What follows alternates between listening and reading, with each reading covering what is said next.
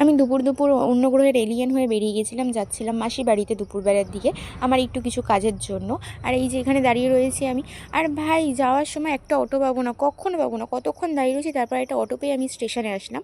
স্টেশনে এসে দেখছি ট্রেনটা অনেকটাই লেট। আমি তার জন্য কানে হেডফোন নিয়ে গান শুনছিলাম। আর এই কানে হেডফোন থাকলে ভাই আমি যেখানে খুশি একা একা চলে যাবো, আমার কাউকে লাগবে না।